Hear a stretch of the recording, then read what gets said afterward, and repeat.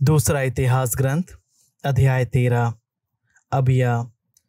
राजा यरोबोआम के शासन के 18वें वर्ष अबिया यूदा का राजा बना। उसने यरूशलेम में 3 वर्ष तक शासन किया। उसकी माता का नाम मिकाया था, जो गिबआवासी उरिएल की पुत्री थी। अबिया और यरोबोआम में युद्ध होता रहा। अबिया ने 4 लाख चुने हुए वीर योद्धाओं को एक सेना लेकर युद्ध प्रारंभ किया, और उधर यरोबोआम 8 लाख चुने हुए वीर योद्धाओं के साथ उसका सामना करने आया। अबिया ने एफ्राइम के पहाड़ी प्रदेश के समारीम नामक पर्वत पर खड़े होकर पुकारा, यरोबोआम और सभी इज़राइलियों, मेरी बात सुनो। क्या तुम्हें मालूम नहीं कि प्रभु इज़राइल के ईश्वर ने एक चिरस्थायी विधान के अनुसार दाऊद और उसके वंशजों को सदा के लिए इज़राइल पर शासन करने का वरदान दिया है? किंतु नाबाट के पुत्र यरोबोआम ने, जो दाऊद के पुत्र सुलेमान का सेवक था, अपने स्वामी के विरुद्ध विद्रोह किया। उससे कुछ गुंडे आ मिले थे और वे सुलेमान के पुत्र रहबोआम पर हावी हो गए। उस समय रहबोआम छोटा और ढुलमुल था, वह उनका सामना न कर पाया। अब तुम लोग यह सोचते हो कि तुम प्रभु के राज्यपद का सामना कर सकते हो, क्योंकि तुम बहुसंख्यक हो और तुम्हारे साथ वे सोने के बछड़े हैं जिन्हें यरोबोआम ने तुम्हारे देवताओं के रूप में बनवाया है। क्या तुमने प्रभु के हारून वंशी याजकों और लेवियों को नहीं भगा दिया है और अपने लिए याजक नियुक्त नहीं किया है, जैसे अन्य जातियों के लोग करते हैं? जो भी एक बछड़ा और 7 मेढ़े लेकर याजक बनने आ जाता, वह उन देवों का याजक हो जाता जो कि ईश्वर नहीं है, लेकिन हमारा ईश्वर प्रभु ही है। हमने उसका परित्याग नहीं किया। हारून के वंशज प्रभु के लिए याजकीय सेवा करते हैं और लेवी अपना अपना काम करते हैं। वे प्रति प्रातः और संध्या प्रभु को सुगंधित द्रव्य के साथ होम बलि चढ़ाते हैं। वे शुद्ध सोने की मेज पर रोटियां रखते और हर संध्या को सोने के दीप वृक्ष के दीपक जलाते हैं। हम तो प्रभु अपने ईश्वर की सेवा करते हैं और तुमने उसे त्याग दिया है। देखो, ईश्वर हमारा स्वामी हमारे साथ है। उसके याजक हमारे साथ हैं, जो तुम्हारे विरुद्ध युद्ध की तुरहियां बजाने वाले हैं। इज़राइलियों, प्रभु अपने पूर्वजों के ईश्वर के विरुद्ध युद्ध मत करो, क्योंकि तुम सफल नहीं होगे। यरोबोआम ने घात में बैठे हुए आदमियों को आज्ञा दी कि वे चक्कर लगाकर शत्रुओं के पीछे पहुंचे। वह स्वयं यूदा के सामने था और घात में बैठे हुए आदमी उनके पीछे। यूदा ने मुड़कर देखा कि सामने और पीछे उन पर आक्रमण हो रहा है। उन्होंने प्रभु की दुहाई दी और याजक तुरहियां बजाने लगे। यूदा के लोगों ने युद्ध के लिए ललकारा, और जब उन्होंने ललकारा तो ईश्वर ने अबिया और यूदा के सामने सारे इज़राइल को पराजित किया। इज़राइलियों को यूदा के सामने से भागना पड़ा। ईश्वर ने उन्हें उसके हाथ दे दिया। अबिया और उसके आदमियों ने उन्हें बुरी तरह पराजित किया। इज़राइलियों के 5 लाख चुने हुए योद्धा धराशायी हुए। उस समय इज़राइलियों को नीचा दिखाया गया और यूदा के लोग विजयी हुए, क्योंकि उन्होंने प्रभु अपने पूर्वजों के ईश्वर पर भरोसा रखा था। अबिया ने यरोबोआम का पीछा किया और उससे ये नगर छीन लिए, बेतेल और उसके आसपास के गांव, यशाना और उसके आसपास के गांव, तथा एफ्रोन और उसके आसपास के गांव। जब तक अबिया जीवित रहा, यरोबोआम अपना सिर फिर नहीं उठा सका। प्रभु ने उस पर आघात किया और उसकी मृत्यु हो गई। उधर अबिया शक्तिशाली हो गया। उसने 14 स्त्रियों से विवाह किया और उसके 22 पुत्र और 16 पुत्रियां हुई। अबिया का शेष इतिहास, उसका चरित्र और कार्यकलाप नबी ईदो के व्याख्या ग्रंथ में लिखा है। अबिया अपने पितरों से जा मिला और दाऊद नगर में दफनाया गया। उसका पुत्र आशा उसकी जगह राजा बना। उसके शासनकाल में 10 वर्ष तक देश में शांति रही। अध्याय 14। आसा के शासनकाल में शांति। आसा ने वही किया जो प्रभु उसके ईश्वर की दृष्टि में अच्छा और उचित था। उसने पराई वेदियां और पहाड़ी पूजा स्थान हटा दिए, पूजा स्तंभ चूर चूर कर दिए। अशेरा देवी के खूंटे काट डाले और यूदा को आज्ञा दी कि वे प्रभु अपने पूर्वजों के ईश्वर की ओर अभिमुख होकर और संहिता तथा आज्ञाओं का पालन करें। उसने यूदा के सब नगरों से पहाड़ी पूजा स्थान हटा दिए और धूप की वेदियां भी। उसके शासनकाल में राज्य भर में शांति रही। उसने यूदा के किलाबंद नगर बनवाए क्योंकि देश में शांति थी। उन दिनों उसके विरुद्ध कोई युद्ध नहीं हुआ। प्रभु ने उसे शांति प्रदान की। उसने यूदा से कहा, हम इन नगरों का पुनः निर्माण करें, इन्हें दीवारों, बुर्जा, फाटकों और अर्गलाओं से सुसज्जित करें। अब देश हमारा है क्योंकि हम प्रभु अपने ईश्वर की खोज में लगे रहें और उसने हमारे चारों ओर शांति बनाई रखी। अतः वे निर्माण करने लगे और उन्हें सफलता मिली। आसा की यूदा वाली सेना में 3 लाख सैनिक थे जो ढालों और बच्चों से सुसज्जित थे, और उसकी बेन्यामीन वाली सेना में 2,80,000 धनुधारी सैनिक थे जो छोटी ढालों से सुसज्जित थे। वे सभी वीर योद्धा थे। यूदा पर कुशियों का आक्रमण। कुश के जेरा ने 10 लाख की एक सेना और 300 रथ लेकर उन पर आक्रमण किया। वह मरेशा तक आ गया। तब आसा उसका सामना करने के लिए निकला और मरेशा के पास सप्ता घाटी में व्यूह रचना की। आसा ने प्रभु अपने ईश्वर की दुहाई देते हुए कहा, प्रभु, यदि एक बलशाली और एक बलहीन के बीच युद्ध होता तो तेरे सिवा कोई सहायता नहीं कर सकता। प्रभु हमारे ईश्वर, हमारी सहायता कर, क्योंकि हम तुझ पर भरोसा रखते हैं। हम तेरा नाम लेकर इस विशाल जनसमूह का सामना कर रहे हैं। प्रभु, तू ही हमारा ईश्वर है, तुझ पर कोई मनुष्य विजयी ना हो। प्रभु ने आसा और यूदा के सामने कुशियों को पराजित किया और उन्हें भागना पड़ा। आसा ने अपने सैनिकों के साथ गरार तक उनका पीछा किया। कुशी इस प्रकार मारे गए कि उनमें एक भी जीवित नहीं बचा। वे प्रभु और उसकी सेना द्वारा रौंदे गए। आसा के सैनिकों को लूट का बहुत माल मिला। उन्होंने गरार के आसपास के सब नगरों का विनाश किया क्योंकि उन पर प्रभु का आतंक छा गया था। उन्होंने उन सब को लूट लिया था क्योंकि उन नगरों में लूट का बहुत सा माल था। वे पशुपालन करने वालों के तंबू उखाड़ कर असंख्य भेड़ बकरी और ऊंट लूट कर ले गए। अध्याय 15। आसा के धार्मिक सुधार। ओदेद का पुत्र अजरिया ईश्वर के आत्मा से आविष्ट होकर आसा की अगवानी करने निकला और उससे बोला, आसा और समस्त यूदा और बेन्यामीन, मेरी बात सुनो। प्रभु आपके साथ होगा यदि आप उसके साथ होंगे। यदि आप उसे ढूंढेंगे तो वह आपको मिलेगा। यदि आप उसे त्यागेंगे तो वह भी आपको त्याग देगा। इज़राइली बहुत समय तक बिना सच्चे ईश्वर के, बिना शिक्षा देने वाले याजकों के और बिना संहिता के रहे हैं। वे विपत्ति में पड़कर प्रभु इज़राइल के ईश्वर की ओर अभिमुख हुए। उन्होंने उसे ढूंढा और वह उन्हें मिला। उस समय कोई यात्री सुरक्षित नहीं था क्योंकि इन प्रदेशों के निवासियों में बहुत अशांति थी। एक राष्ट्र दूसरे राष्ट्र से और एक नगर दूसरे नगर से लड़ता था क्योंकि ईश्वर ने उन पर हर प्रकार की विपत्ति डाही थी।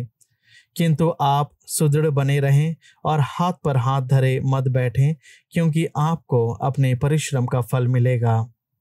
जब आसा ने ये शब्द और ओदेह के पुत्र नबी अजरिया की भविष्यवाणी सुनी तो उसे साहस मिला और उसने यूदा के सारे देश से बेन्यामीन और एफ्राइम के पहाड़ी प्रांत में अपने अधिकार में किए हुए नगरों से घृणित देव मूर्तियों को हटा दिया।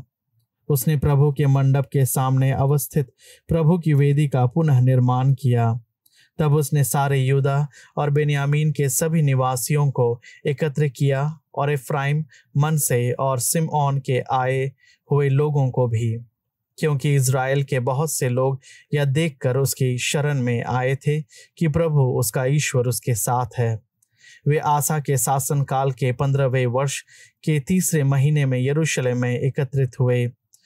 उन्होंने उसी दिन लूट के माल से 700 बछड़ों और 7,000 भेड़ों की बलि चढ़ाई। उन्होंने यह प्रतिज्ञा की कि वे अपने सारे हृदय और सारी आत्मा से प्रभु अपने पूर्वजों के ईश्वर की ओर अभिमुख रहेंगे।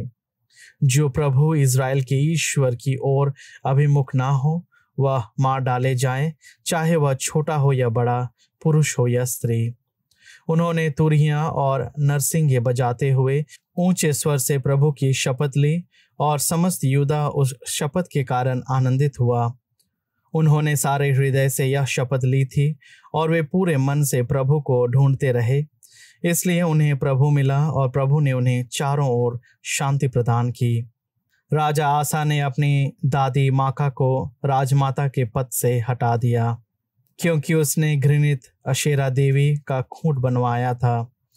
उसने उसके द्वारा स्थापित घृणित मूर्ति काट दी, उसे चूर चूर कर दिया और केद्रोन घाटी में जलवा दिया। केवल पहाड़ी पूजा स्थान नष्ट नहीं किए गए। फिर भी आसा का हृदय जीवन भर प्रभु के प्रति ईमानदार रहा। उसने अपने पिता के और अपने चढ़ावे प्रभु के मंदिर में रखवाए, चांदी, सोना और पात्र। आसा के शासनकाल के 35वें वर्ष तक कोई युद्ध नहीं हुआ। सुक्ति ग्रंथ अध्याय 19। कपटपूर्ण बातें करने वाले मूर्ख की अपेक्षा सदाचारी दरिद्र कहीं अच्छा है। सोच विचार के बिना उत्साह हानिकार है। जो जल्दबाजी से आगे बढ़ता वह भटकता है। मनुष्य की अपनी मूर्खता उसका सत्यानाश करती, किंतु वह प्रभु के विरुद्ध भुनभुनाता है। धनवान के बहुत मित्र होते हैं, किंतु दरिद्र अपने मित्र द्वारा त्याग दिया जाता है। झूठा गवाह निश्चय ही दंडित किया जाएगा और मिथ्यावादी दंड से नहीं बचेगा। कुलीन की चपलूसी करने वाले अनेक होते हैं। सभी लोग उपहार देने वाले के मित्र होते हैं। जब दरिद्र के सभी भाई उसकी उपेक्षा करते हैं तो उसके मित्र उससे कान्नी क्यों नहीं काटेंगे। वह उन्हें पुकार पुकार कर बुलाता है, किंतु वे उसके पास नहीं रुकते। जो प्रज्ञा प्राप्त करता वह अपना हितकारी है। जो समझदार है वह फलेगा फूलेगा। झूठा गवाह निश्चय ही दंडित किया जाएगा और मिथ्यावादी विनाश की ओर बढ़ता है। भोग विलास का जीवन बिताना मूर्ख को शोभा नहीं देता। दास का शासकों पर शासन करना और अशोभनीय है। समझदार व्यक्ति देर से क्रोध करता है। दूसरों के अपराध क्षमा करना उसका गौरव है। राजा का क्रोध सिंह की दहाड़ जैसा है और उसकी कृपा दृष्टि घास थाल पर ओस जैसी। मूर्ख पुत्र अपने पिता की विपत्ति है। झगड़ालू पत्नी निरंतर चूने वाली नल जैसी है। घर और संपत्ति पूर्वजों की विरासत है, किंतु समझदार पत्नी प्रभु का वरदान। रोमियो के नाम संत पौलुस का पत्र अध्याय 8। भावी महिमा। मैं समझता हूं कि हम में जो मसीह प्रकट होने को है उसकी तुलना में इस समय का दुख नगण्य है, क्योंकि समस्त सृष्टि उत्कंठा से उस दिन की प्रतीक्षा कर रही है जब ईश्वर के पुत्र प्रकट हो जाएंगे। यह सृष्टि तो इस संसार की असरता के अधीन हो गई है, अपनी इच्छा से नहीं बल्कि उसकी इच्छा से जिसने उसे अधीन बनाया है। किंतु यह आशा भी बनी रही कि वह असारता की दासता से मुक्त हो जाएगी और ईश्वर की संतान की महिमामय स्वतंत्रता की सहभागी बनेगी। हम जानते हैं कि समस्त सृष्टि अब तक मानो प्रसव पीड़ा में करहती रही है, और सृष्टि ही नहीं हम भी भीतर ही भीतर करहते हैं। हमें तो पवित्र आत्मा के पहले कृपादान मिल चुके हैं, लेकिन इस ईश्वर की संतान बनने की और अपने शरीर की मुक्ति की राह देख रहे हैं। हमारी मुक्ति अब तक आशा का ही विषय है। यदि कोई वह बात देखता है जिसकी वह आशा करता है, तो यह आशा नहीं कही जा सकती। हम उसकी आशा करते हैं जिसे हम अब तक नहीं देख सके हैं। इसलिए हमें धैर्य के साथ उसकी प्रतीक्षा करनी पड़ती है। आत्मा भी हमारी दुर्बलता में हमारी सहायता करता है। हम यह नहीं जानते कि हमें कैसे प्रार्थना करनी चाहिए, किंतु हमारी अस्पष्ट आहों द्वारा आत्मा स्वयं हमारे लिए विनती करता है। ईश्वर हमारे हृदय का रहस्य जानता है। वह समझता है कि आत्मा क्या कहता है, क्योंकि आत्मा ईश्वर के इच्छानुसार संतों के लिए विनती करता है। हम जानते हैं कि जो लोग ईश्वर को प्यार करते हैं और उसके अधीन के अनुसार बुलाए गए हैं, ईश्वर उनके कल्याण के लिए सभी बातों में उनकी सहायता करता है, क्योंकि ईश्वर ने निश्चित किया कि जिन्हें उसने पहले से अपना समझा वे उसके पुत्र के प्रतिरूप बनाए जाएंगे, जिससे उसका पुत्र इस प्रकार बहुत से भाइयों का पहलौठा हो। उसने जिन्हें पहले से निश्चित किया उन्हें बुलाया भी है। जिन्हें बुलाया उन्हें पाप से मुक्त भी किया है, और जिन्हें पाप से मुक्त किया उन्हें महिमान्वित भी किया है। ईश्वर का प्रेम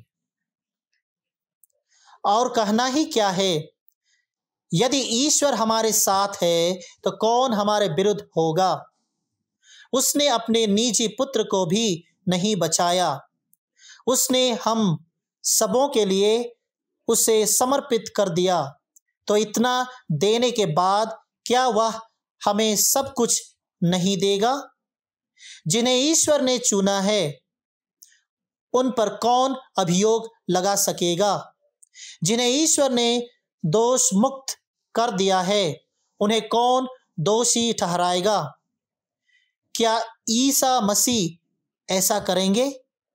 वह तो मर गए, बल्कि जी उठे और ईश्वर के दाहिने विराजमान होकर हमारे लिए प्रार्थना करते रहते हैं। कौन हमको मसीह के प्रेम से वंचित कर सकता है? क्या विपत्ति या संकट, क्या अत्याचार, भूख, नग्नता, जोखिम या तलवार? जैसा कि धर्म ग्रंथ में लिखा है, तेरे कारण दिन भर हमारा वध किया जाता है, वध होने वाली भेड़ों में हमारी गिनती हुई। किंतु इन सब बातों पर हम उन्हीं के द्वारा सहज ही विजय प्राप्त करते हैं जिन्होंने हमें प्यार किया। मुझे दृढ़ विश्वास है कि ना तो मरण या जीवन, ना स्वर्गदूत या नरकदूत, ना वर्तमान या भविष्य, ना आकाश या पाताल की कोई शक्ति और ना समस्त सृष्टि में कोई या कुछ हमें ईश्वर के उस प्रेम से वंचित कर सकता है जो हमें हमारे प्रभु ईसा मसीह द्वारा मिला है।